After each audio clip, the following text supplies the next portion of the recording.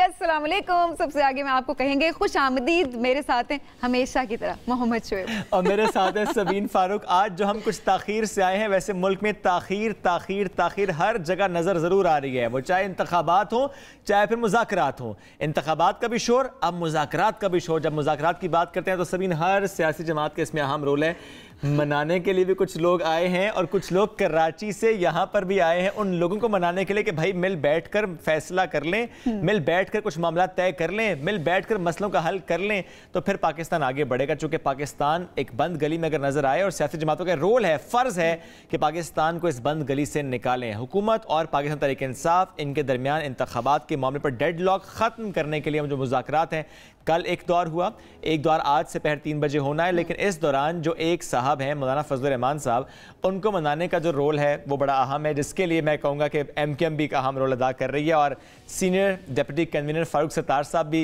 इसी गर्ज से लगता है कल रुक गए थे यहाँ पर कि मुलाकात वो भी तय हो गई, आज प्रोग्राम में ज्वाइन कर चुके हैं। वेलकम करेंगे। अस्सलाम वालेकुम जी, कैसे हैं आप? वालेकुम अस्सलाम। तो फारूक भाई, इससे पहले कि कुछ और मामलात हो, मौलाना फजल रहमान साहब से मुलाकात कैसी रही? ताखीर के लफ्ज़ से अपना ताखीर से स्टार्ट करते हैं। हुई ताखीर तो कुछ 22 से ताखीर भी था।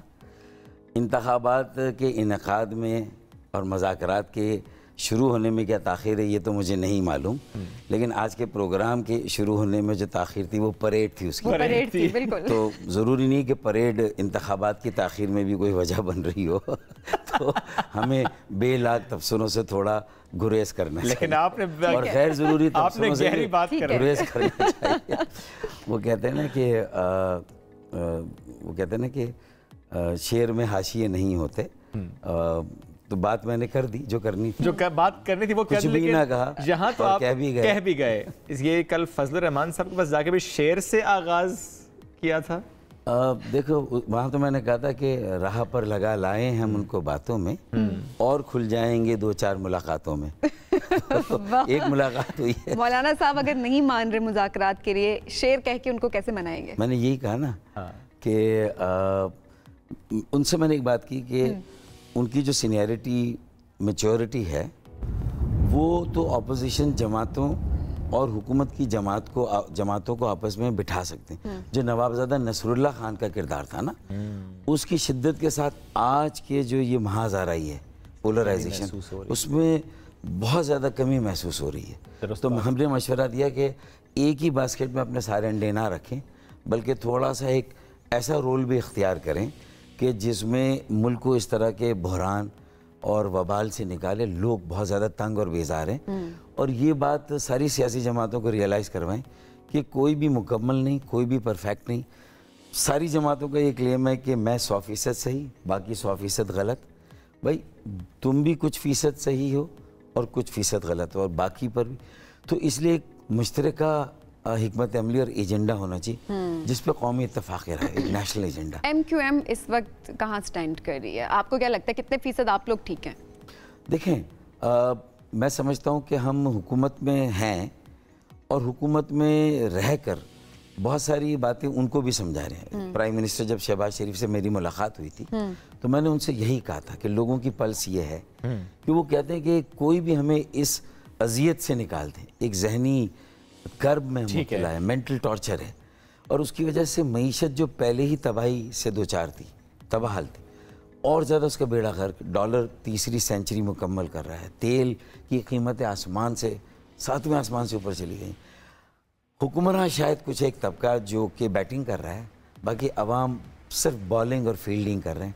अब उनकी बारी भी आनी चाहिए, उनको भी उम्मीद की किरण नज़र आनी चाहिए, और वो ये नहीं होगा कि मैं सही हूँ तुम गलत हो, दोनों को मिलकर कोई रास्ता। सियासतदान सिर्फ बातें करते नजर आते हैं, वो चाहे सर कोई जमात भी हो, I am sorry but even MKM भी हो, बातें ही हैं सर, काम तो नहीं हो रहा, कोई आवाम की खिदमत तो नहीं हो रही। देखिए सियासतदान बातें ही करेंगे ना, अच्छा जहाज तो नहीं उड़ाएंगे तो बातें करने के साथ साथ वो कहते हैं ना कि actions must speak louder than the words, कि अमल जो है वो दावों से ज़्यादा नज़र आना चाहिए। अच्छा, और बाआवाज़ नजर आना। बाआवाज़, अब तो सर बाआवाज़ हो गए हैं ना, कमाल भी आ गया है और जमाल भी आ गया है, जो गया था छोड़ के वापस आ गया है। सुबह का भूला शाम को, चाहे फिर आप हैं जिसे मैंने जमाल का है, और जाए वो मुस्तफा कमाल। सुबह का भूला शाम को वापस आ जाए, या सुबह का भुला दिया शाम को कबूल कर लिया जाए तो उसे भूला नहीं गया। फ़र्क पड़ा?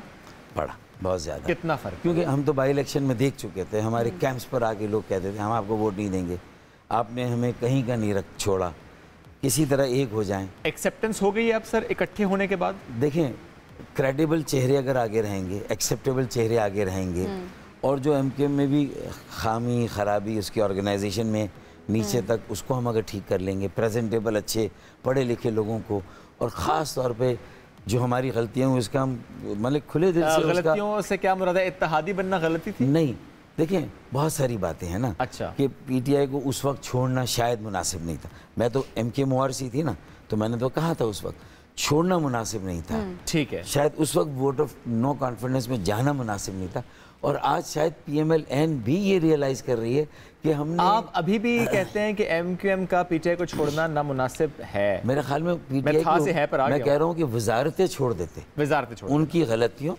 उनकी नाकिस पॉलिसियों, ना अहली ना तजुर्बेकारी का बोझ आप ना उठाते, अपनी 2 वजारतें दे देते। अब वालों की पॉलिसीज ठीक है सर? आप कहते जी, अब वालों की पॉलिसीज ठीक है। वो 4 साल का उनको जो वो मिली एक्सेस बैगेज, उन्होंने उसको मल्टीप्लाई कर दिया। सिर्फ 4 साल की, 30 साल पुरानी की नहीं।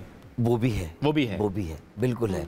तो हम किसी एक हुकूमत पर सारा मलबा डाल दें, ये क्या है कि सारी जमातें क्या अपनी कारकर्दगी और अहलियत पे सियासत नहीं कर रही, अवाम के दिलों को उस पर नहीं जीत रही, बल्कि दूसरे की फेलियर पे डिपेंड करती है कि भाई उसका फेलियर मेरा रिलेटिव राइज है और मेरा फेलियर उसका राइज है। तो बारियां लगती हैं, ये बारियां लगती हैं ब्लेम गेम में। पहले 2 जमातों की बारियां लगती थी, अब 3 जमातों की बारियां लग रही हैं। और अगर इस हुकूमत को ना हटाते पीटीआई की, तो अगर अक्टूबर में इलेक्शन नॉर्मली होते और पीटीआई इसी कारकर्दगी के साथ जाती, तो पीटीआई वाइप आउट हो जाती। ये तो इनकी लॉटरी लग गई कि इनको हटा दिया, एक सिंपैथी वोट बैंक आ गया, और फिर इसमें अच्छा खासा पीटीआई के जो कुछ ग्लैमर कैरिज्मा कुछ है, और फिर सिंपैथी वोट बैंक है, लेकिन उसके साथ साथ बुग़्ज़े माविया में ज़्यादा है, हुब्बे अली में इतना नहीं है। यानी जो चेहरों को, जो पहले आपने कहा था कि ये सब करप्ट हैं, चोर हैं, जिन्हें इस वक्त अगर इंतखाबात होते हैं तो आप उसको सपोर्ट करते हैं या कि अक्टूबर की तरफ आप जाएंगे? देखिए, मैं समझता हूँ कि आईनी और या अक्टूबर में भी ना हो, आईनी तकाज़े पूरे और आइन के मुताबिक हर असेंबली को 5 साल पूरे करने चाहिए। इसका मतलब है कि इंतखाबात अक्टूबर में, हर हुकूमत को भी 5 साल उसूलन पूरे करने चाहिए। पंजाब और केपी में इसका मतलब नहीं कि मेरी हुकूमत आज हटा दी गई, अब मेरे पॉलिटिकल और मेरे ग्रुप इंटरेस्ट को सूट करता है कि मैं अपनी 2 असेंबलियां तोड़ दूं। हालांकि उन असेंबली अब तो हो गया, उन असेंबलियों के लिए भी देखिए, नहीं बात फिर सब पे इसका एप्लीकेशन होती है। अच्छा। कि उन्होंने इनको 5 साल से पहले हटाया तो गलत हटाया, ना हटाते 5 साल पूरे करने देते। अब उन्होंने जब 5 साल अच्छा, अगर आज 5 साल रहते पीटीआई वाले, तो वो अपनी पंजाब और केपीके की असेंबलियां तो नहीं तोड़ते ना तोड़ते। इसका मतलब है कि उन्होंने भी इसलिए तोड़ा कि उनकी ज़रूरत थी। सबके पास अपने अपने तुरुप के पत्ते हैं, वो अपनी ज़रूरत गिरोही नेशनल इंटरेस्ट। देखिए अब किसी, इसका मतलब है सर कि हर सियासी जमात में अना की जंग, अना जिद और हर सियासी जमात ऑब्जेक्टिव कि ये क्लेम कि मैं राइचियस हूँ और मेरे पास मेजॉरिटी है। आज देखें, तो फिर तो कोई भी 5 साल किसी के पूरे नहीं होने देगा ना, फिर तो कभी भी नहीं होंगे।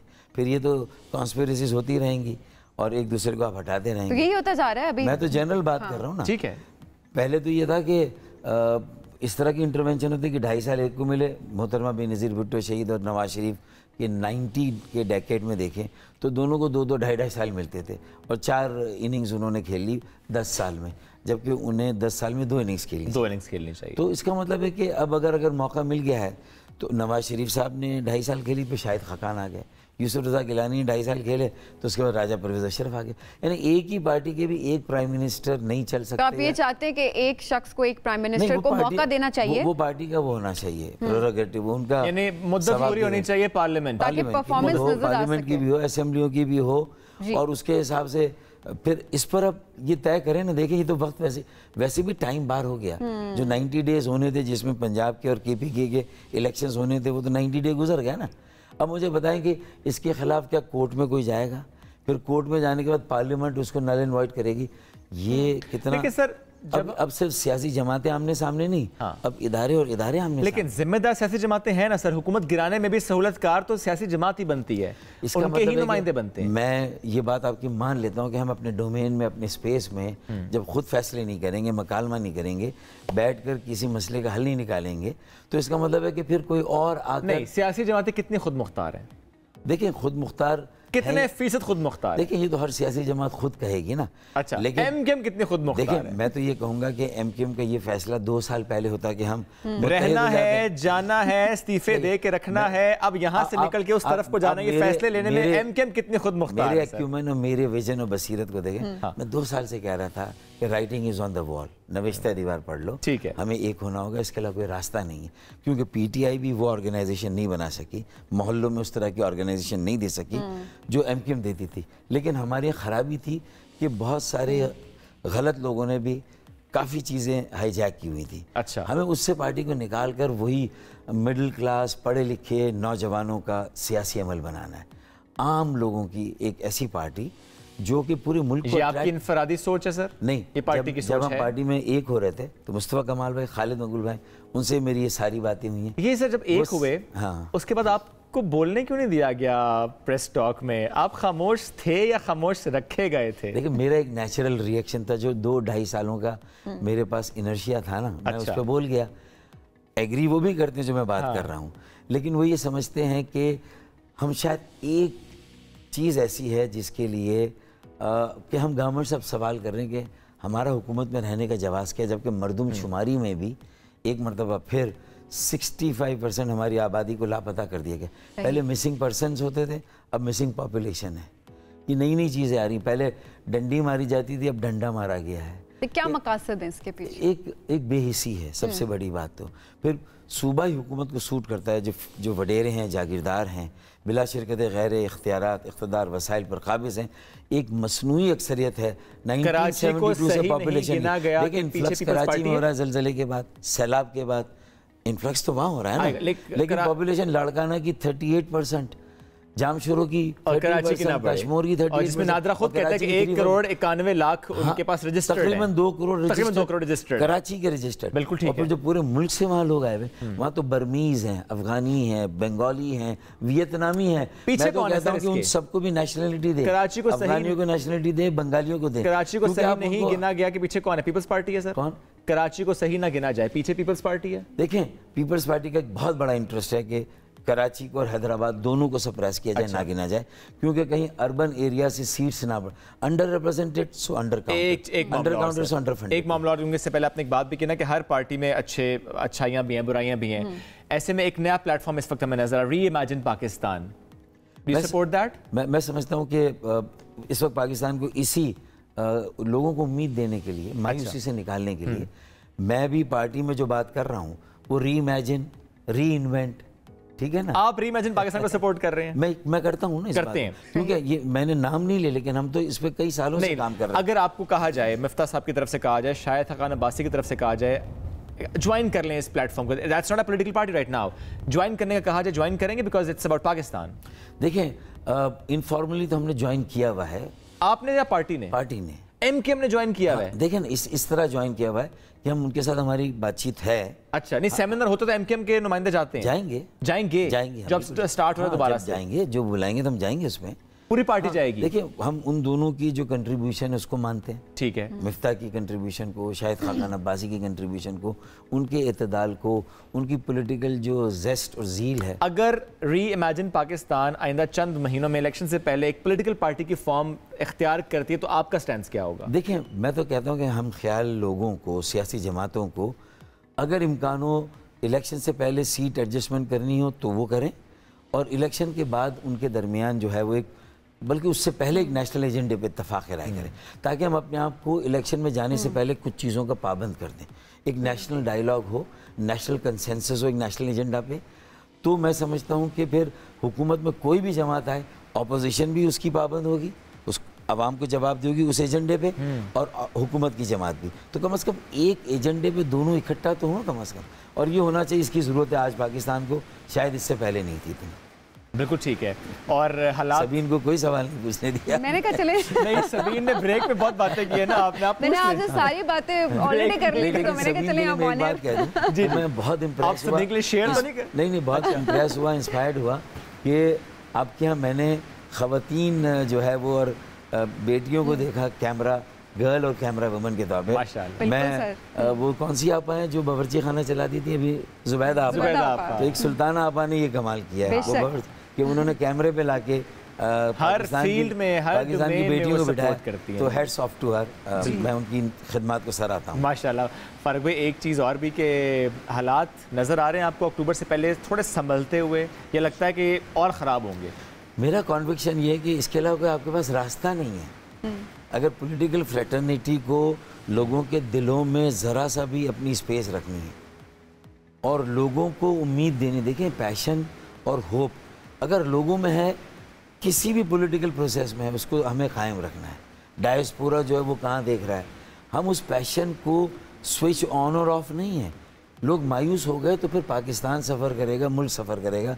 हमें लोगों के सेंटिमेंट्स को इस वक्त कहीं ना कहीं एड्रेस करना है। महंगाई, बेरोज़गारी, बिजली, पानी, तेल, गैस, सारी कीमतें कहाँ चली गई।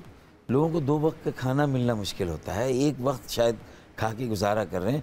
पावर्टी लाइन से नीचे लोग कितने ज़्यादा चले गए। तालीम और सेहत के शोबे में तो वैसे ही इन्हतात है।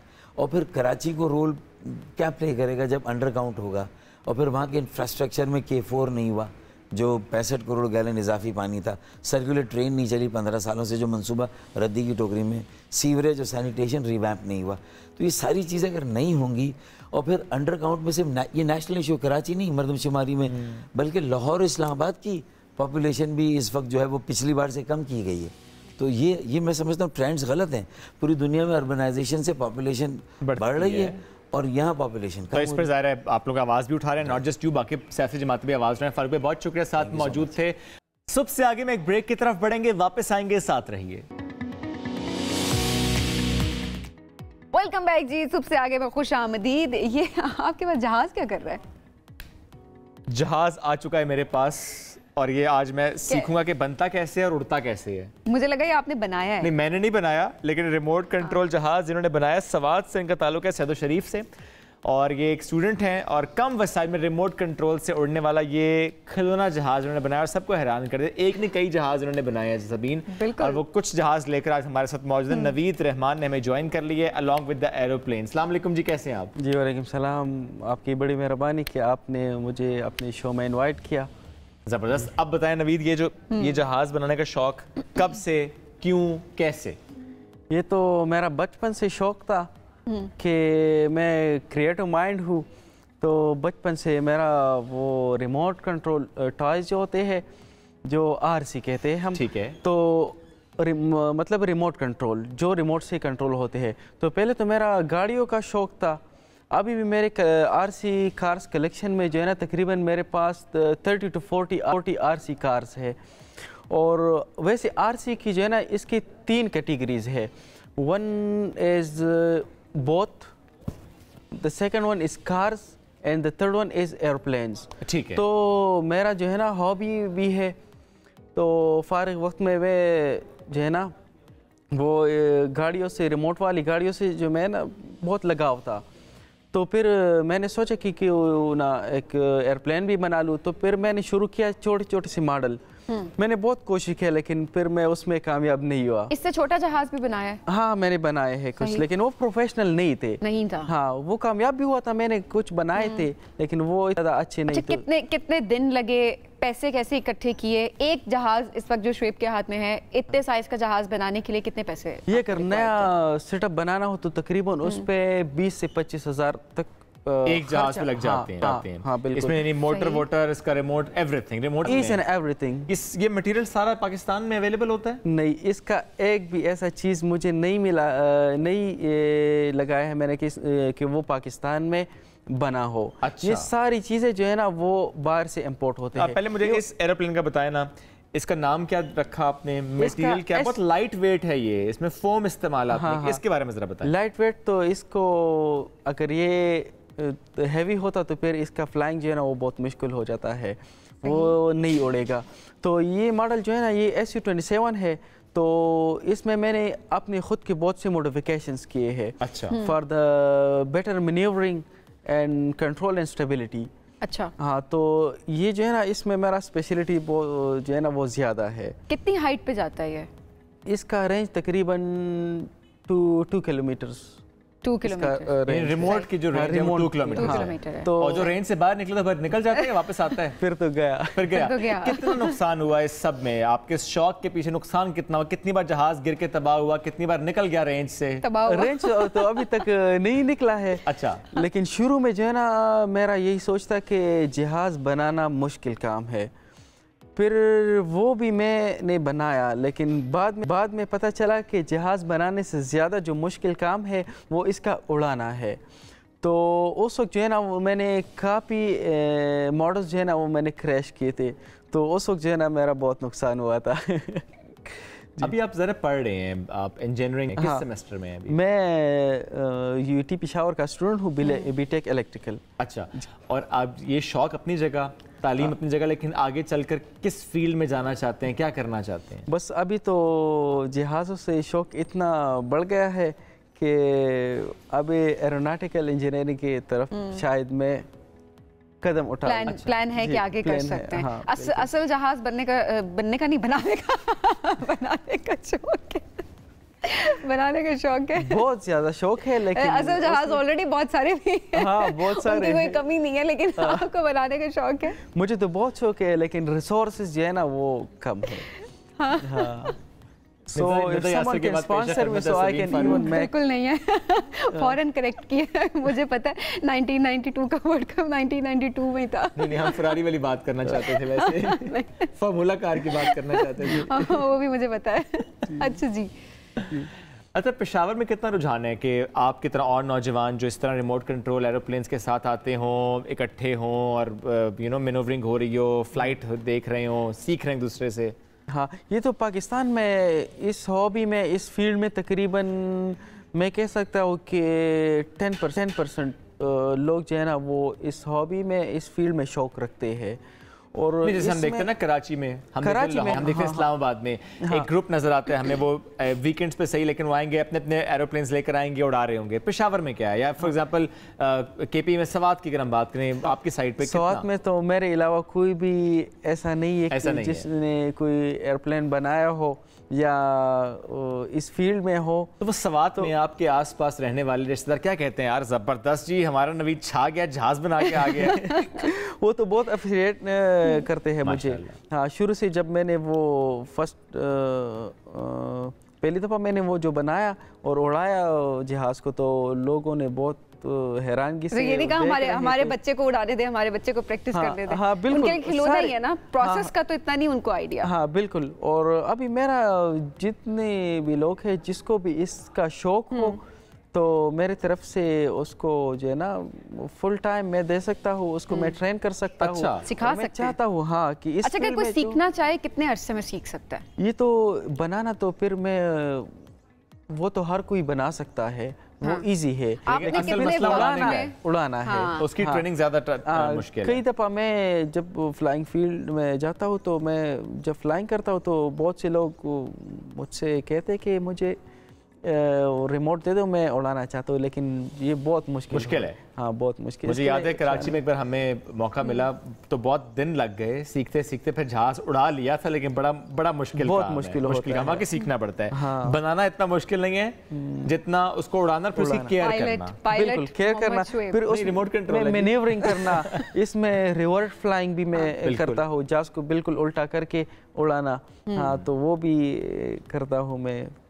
वैसे स्पीड कितनी है इस बाइक की? इसके तकरीबन इस वाले भाई की 70 to 80 किलोमीटर। और जो दूसरे वाले भाई उधर रखे हुए हैं, उसका स्पीड जो है ना वो थोड़ा कम होता है उससे। ये बनाने में कितना वक्त लगा, कितने दिन लगे? ये तो तकरीबन मुझे 2 महीने लगे। 2 महीने लगे थे। और इससे बड़ा जो जहाज आपने बनाया वो भी तकरीबन 1 महीना, वो तो मेरा फर्स्ट टाइम था। अच्छा, इसलिए इसमें ज्यादा वक्त लगा। हाँ, इस टाइम। ये बारिश में जाता है? बारिश में तो नहीं, क्योंकि बारिश हो रही है इस्लाम में। नहीं जाएगा, तेज हवा की तो नहीं जाएगा। तेज हवा में तो पहले मैं बिल्कुल उड़ा नहीं सकता था, अभी जो है ना वो मैं तेज हवा में भी। अच्छा, उस पे आप पे डिपेंडेंट है, ये उड़ जाएगा। जितना अच्छा पायलट हो वो इसे अच्छा कंट्रोल करता है। चले, सही है। अब इस्लामाबाद में बारिश हो रही है, वरना हमारा पूरा दिल था कि बाहर जाके ब्रेक में जाके उड़ाते, लेकिन ये जो आपने कहा ये अगर बारिश रुक गया तो हम ट्राई करेंगे ये वाला ट्राई करेंगे बारिश में। हाँ, ये मटेरियल नहीं, बारिश में नहीं, बारिश में नहीं। अच्छा, और वो जो अदर वन, उसका मटेरियल डिफरेंट है? नहीं, ये सेम इसका जो फॉर्म मैं यूज़ करता हूँ यूजुअली, जो मेरे दोस्त है इस फील्ड में जो है, तो वो ज़्यादातर डिफरेंट फॉर्म है वो यूज़ करते हैं, लेकिन वो ब्रेकेबल है। अच्छा। हाँ, और मेरा स्पेशलिटी ये है कि ये फॉर्म मुझे मिला था, तो ये जो है ना ड्यूरेबल है। अगर ये प्लेन क्रैश भी हो जाए तो ये रिपेयर भी बहुत जल्दी होता है और फ्लेक्सिबिलिटी ज़्यादा अच्छी बात है, चूँकि जो बाकी हमने आरसी प्लेन्स देखे हैं उसमें जो मटेरियल इस्तेमाल होता है, अगर वो आपस में टकरा जाए या किसी वजह से क्रैश हो तो वो बहुत बड़ा नुकसान होता है, लाखों का नुकसान हो जाता है उसमें। बिल्कुल सही बात है। लेकिन इसमें चलें, आप कह रहे हैं कि वो लास्ट टाइम जो कंपटीशन था इस्लामाबाद में, तो उधर जैमर लगे थे, तो मेरा प्लेन जो है ना वो क्रैश हुआ था। तो मैंने वो जज से कहा कि ये तो जैमर की वजह से मेरा प्लेन जो है ना वो क्रैश हो गया, तो मुझे एक मौका दे दे फिर उड़ाने का। तो उसने कहा कि ठीक है, पहले तो आप ये देखें कि आपका जहाज़ ठीक है या नहीं। तो फिर उसने बंदे भेजे, तो वो जब जहाज़ लेके आए तो उसने देखा कि वो हैरान हो गया कि इतने बुलंदी से आके गिरा है, फिर भी ठीक है, फिर भी ठीक है, of the material you have used। और अभी जो है ना पाकिस्तान में ये कहीं भी नहीं मिल रहा, क्योंकि मैंने जैसे आपको कहा कि बाहर से इंपोर्ट होते हैं, तो अभी जो है ना इसका इंपोर्ट बंद है। हाँ, तो उस वजह से जो है ना मोस्ट ड्यूरेबल आरसी प्लेन हम कह सकते हैं इसको। यस, जबरदस्त, बहुत शुक्रिया जी, साथ मौजूद थे नवीद, और ज़बरदस्त ये प्लेन्स आपने बनाए। और जब हम एक टैलेंट की बात करते हैं सबीन, तो आप देखें ना कि ये प्लेटफॉर्म इसी तरह के टैलेंट को प्रमोट करने के लिए, और ये प्लेन उड़ाना चाहेंगी वैसे आप? बारिश रुक जाए तो फिर इस्लामाबाद में बारिश हो रही है, मसला ये है। बड़ा मेरा दिल था कि मैं सीखूंगी, थोड़ा सा उड़ाने की कोशिश करूँ, लेकिन बारिश रुक भी सकती है, रुक जाएगी तो फिर हम ट्राई जरूर कर सकते हैं। बहुत शुक्रिया जी, आप हमने ज्वाइन किया नवीद, और बहुत टैलेंटेड हैं आप, बहुत होनहार हैं, और हम चाहेंगे कि कभी आप असली जहाज बनाएं, बने नहीं। इंशाल्लाह। एक ब्रेक की तरफ बढ़ते, वापस आते हैं, साथ रहिए। मोहब्बत गुमशुदा मेरी, हर जगह इसके टीजर्स, इस जगह हर किसी के ट्रेलर आपको नजर आ रहे हैं। सोशल मीडिया पे आप जाएं, वहां पे आज जाकर देखें कि आज ये ड्रामा रिलीज हो रहा है। इससे पहले हमने बात की थी, ईद पे मैं ज्वाइन किया था खुशहाल ने और दना नीर ने, बड़ा मजा आया था, बड़ी गपशप लगी थी। आपने क्लिप्स को बहुत पसंद भी किया था, मिलियंस में व्यूज भी गए, लेकिन ड्रामे की उस वक्त बहुत ज्यादा बात नहीं हो सकी थी, क्योंकि हम थोड़ा सा सस्पेंस, हालांकि उस वक्त दना ने मुझ पे गुस्सा किया था। हाँ, एक्टिंग थी जनाब, लेकिन उस पे ज़ाहिर ह्यूज आपके ज़ाहिर क्लैरिफाई करना जरूरी है, जरूरी है कि मैं एक अच्छा इंसान हूँ, मैंने ऐसा कुछ नहीं किया था कि दना नीर भी एक अच्छी इंसान है, बहुत प्यारी माशाल्लाह। तो दना नीर भी साथ मौजूद हैं, खुशहाल खान भी साथ मौजूद हैं, दोनों को वेलकम करते हैं। अस्सलाम वालेकुम। वालेकुम अस्सलाम, क्या हाल है आपका? अल्हम्दुलिल्लाह। अब हम ये दोबारा कहेंगे वेलकम बैक, बल्कि हम तो आपको अपना ही घर है, तो आपको क्या ही कहेंगे welcome. Thank you so much for having us back on your show। ड्रामे के बारे में बताएं, मोहब्बत गुमशुदा मेरी स्टोरी थोड़ी सी अगर रिवील कर सके, कि पहले हमने इस पे बात नहीं की थी, तो आज हम स्टोरी पे बात करते हैं, मोहब्बत गुमशुदा मेरी। खुशहाल, आप पहले आपसे शुरू करते हैं।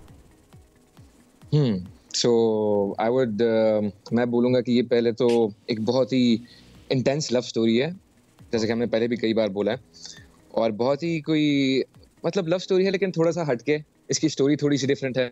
It's based on like Umar भाई said, like new age Romeo and Juliet, उसकी वाइब थोड़ी सी आएगी आपको। ज़्यादा कुछ नहीं मैं रिवील कर सकता, क्योंकि थोड़ा सा भी इसके बारे में कुछ बोलने से आई थिंक काफ़ी चीज़ें रिवील हो जाएंगी, क्योंकि इसमें बहुत सारी चीज़ें। इसकी मज़े की बात ये कि every episode is very happening, like बहुत डेड नहीं जा रहा, every episode is very happening. So like from the first episode to the very last episode बहुत सारे ट्विस्ट्स है, टर्न्स है, और बहुत सारे शेड्स है, लेयर्स है कैरेक्टर्स के भी। So I mean, I think that's as much as I can say about it as of now. Okay. अच्छा, और about the drama. अपना कैरेक्टर थोड़ा बताएंगी, इंटरेस्टिंग होने वाला है। अच्छा, वो टीजर्स देख के वाकई बड़ा मजा आ रहा है, उसमें हमें रोमांस का एलिमेंट भी नजर आ रहा है। आपने बड़ा अच्छा वर्ड यूज किया, इंटेंस। वाकई वो कुछ सीन्स ऐसे हैं बहुत बंदा खो जाता है उसके अंदर, और उसमें जरा थोड़ा सा one thing जी please that sorry to cut you off, but I have to say one thing. It's something that you've never seen before. Inshallah, wow, hopefully. It's a big claim, but I think that's something that nobody. Yeah, it is. But like, we're pretty sure that's something that you guys have most likely never seen before. Hopefully, that's the case. और दना, थोड़ा सा अपना character बताएंगी। एक dialogue तो हमें बड़ा मजे का आपका लगा, जिसमें खुशहाल जब गिटार बजा रहे तो आप क्या टुनटुना लेकर आ जाते हो अपना, तो बहुत मजे का वो आपका डायलॉग है। थोड़ा सा बताएं कैरेक्टर भी अपना। तो माय कैरेक्टर्स नेम इज ज़ूबिया। अब ज़ूबिया का ये है कि शी इज द यंगेस्ट, सबसे छोटी है, तो वो सबसे लाडली है, सबसे पैम्पर्ड है। और साइम के साथ उसका ऐसा रिलेशनशिप है, they're best friends, so they're neighbors, so they've grown up together, they're best friends बचपन से एक साथ. तो वो जो टुनटुना वाला सीन है ना, it's a representation of how close they are और उनका कितना एक bonding है. And you know वो एक होता है ना कि आपकी बिल्कुल boys की तरह bonding होती है बिल्कुल, you know, you're like buddies. तो Zubia and Saim are buddies, but then they fall in love and the story goes on. But Zubia is a hopeless romantic. She falls in love or she doesn't know anything but Saim.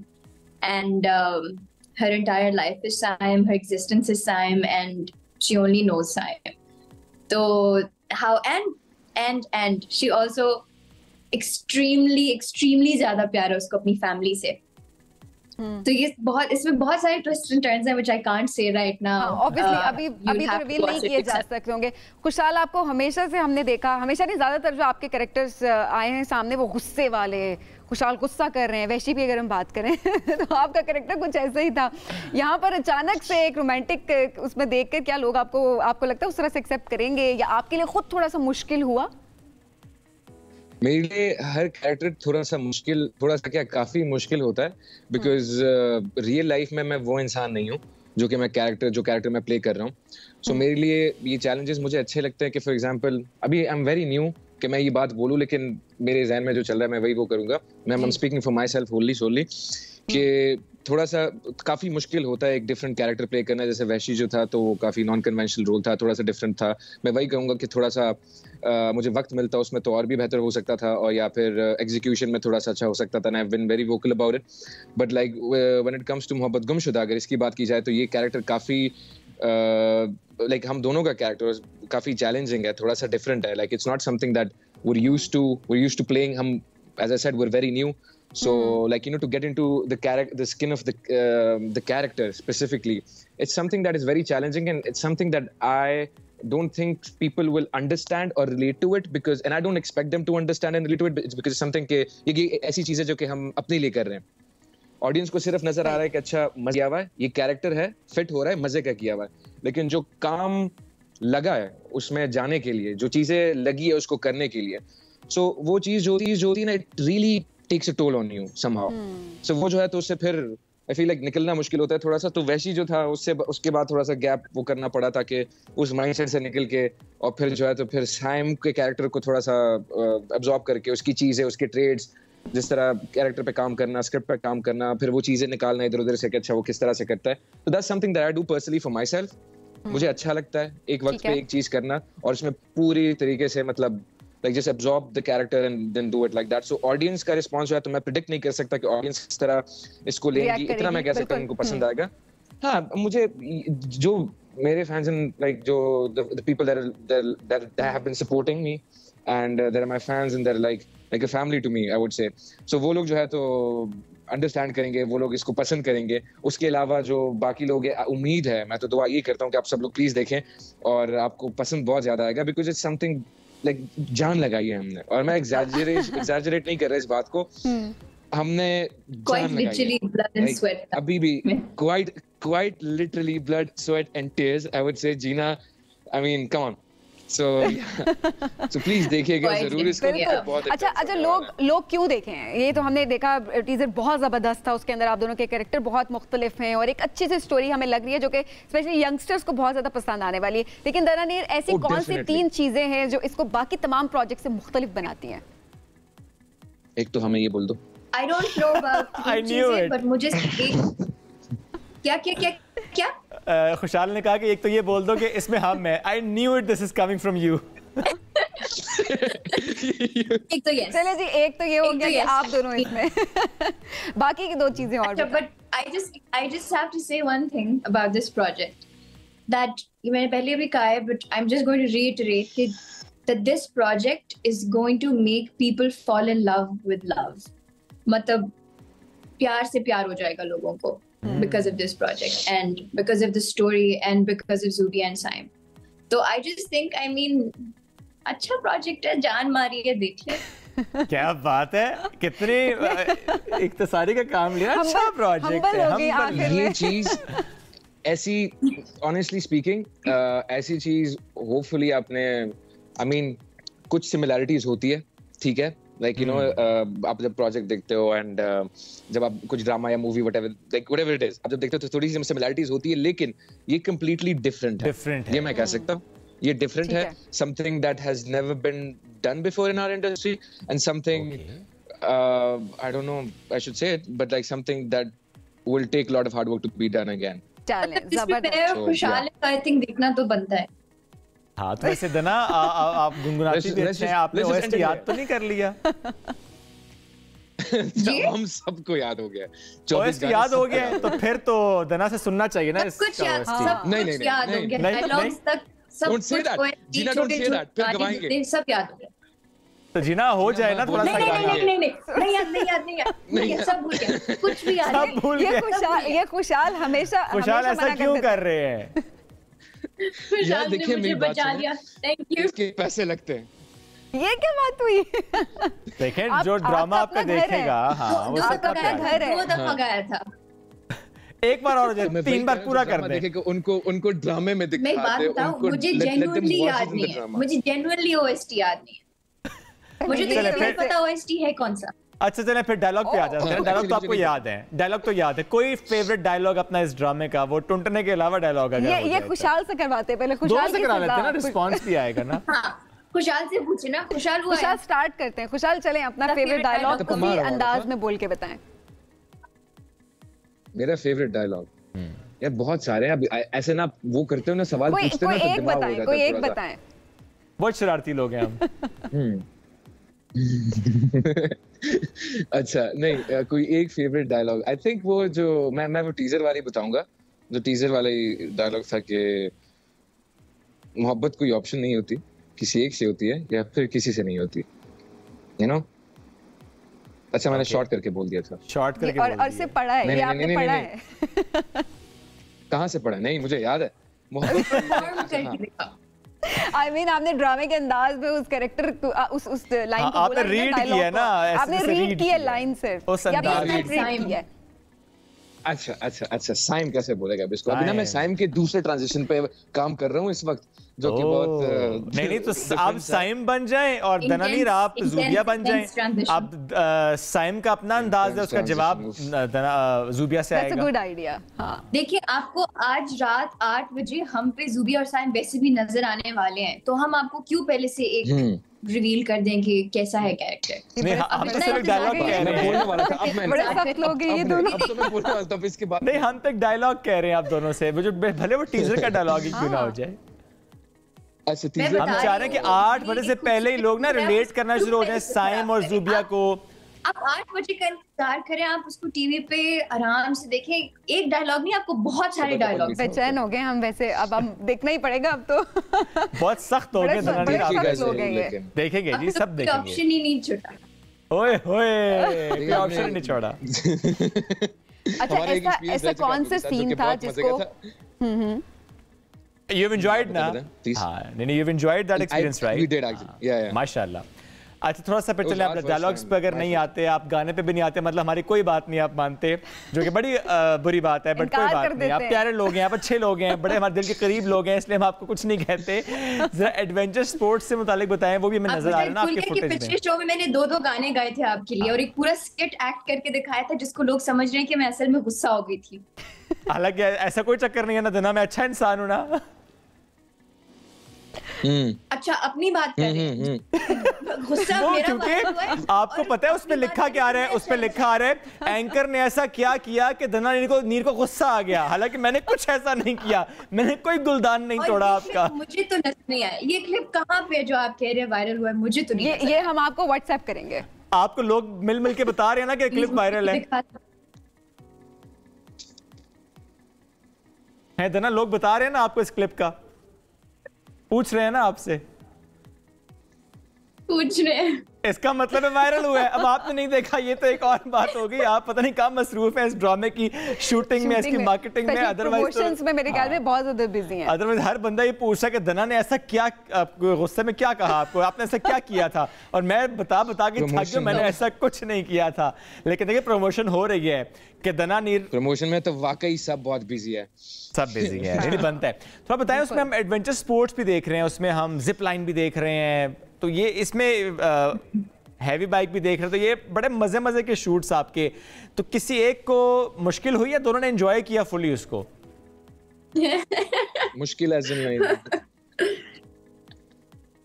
We're both Pathan, we're both crazy. We both went all in.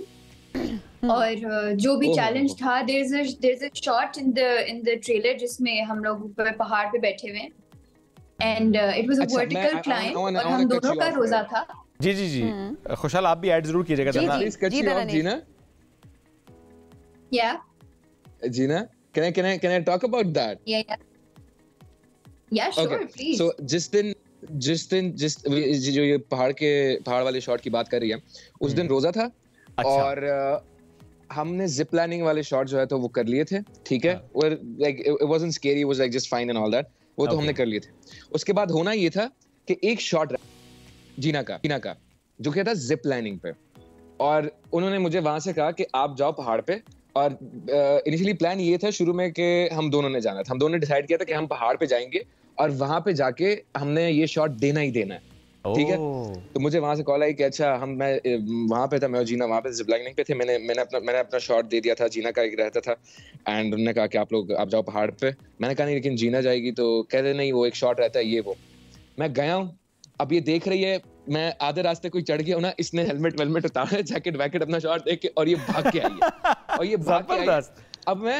अब मैं जा रहा हूं ऊपर, मुझे नीचे से आवाज आती है, और मैं देख रहा हूं कि आवाज मुझे कहां से आ रही है। It was very scary था। खुशहाल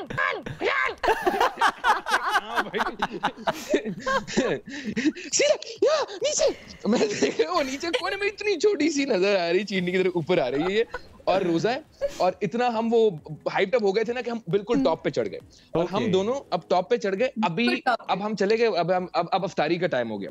अब हमने उनको कॉल किया, हमने कहा हाँ अब हम आएंगे तो अजान तो हो जाएगी, अभी 2 मिनट है, आप एक काम करो ड्रोन से खजूरें भिजवा दो। ओके। हम पहाड़ के ऊपर थे और अजान हो रही थी, और अब अंधेरा हो रहा था। पकौड़े आए थे, नीचे कैसे जाएंगे, कुछ नहीं आए थे, ड्रोन खजूरें नहीं उठा पा रहा था फॉर सम रीजन। ड्रोन खजूरें नहीं उठा पा रहा था। मैंने कहा ये भी ठीक है, फिर जो है तो फिर हम वहां से नीचे आए, और माशाल्लाह से शी इज लाइक, ये जो दोनों पठान मिलते हैं ना, क्रेजी होता है कुछ। तो अभी आप नजर आते हैं, आपकी केमिस्ट्री हमें ऑन सेट पे ज़रा नजर आई, वो हमें टीजर पे भी नजर आई है, और हर जगह माशाल्लाह नजर आती है। Honestly speaking, I'm not saying because of anything else and all that, किसी और वजह से, लेकिन मैं सिर्फ ये कहूंगा कि जो ये कैरेक्टर था Zubia ka, I don't think anybody could have done a better job in playing that, honestly speaking. And I don't think I have just seen character could have been done better by anybody but him.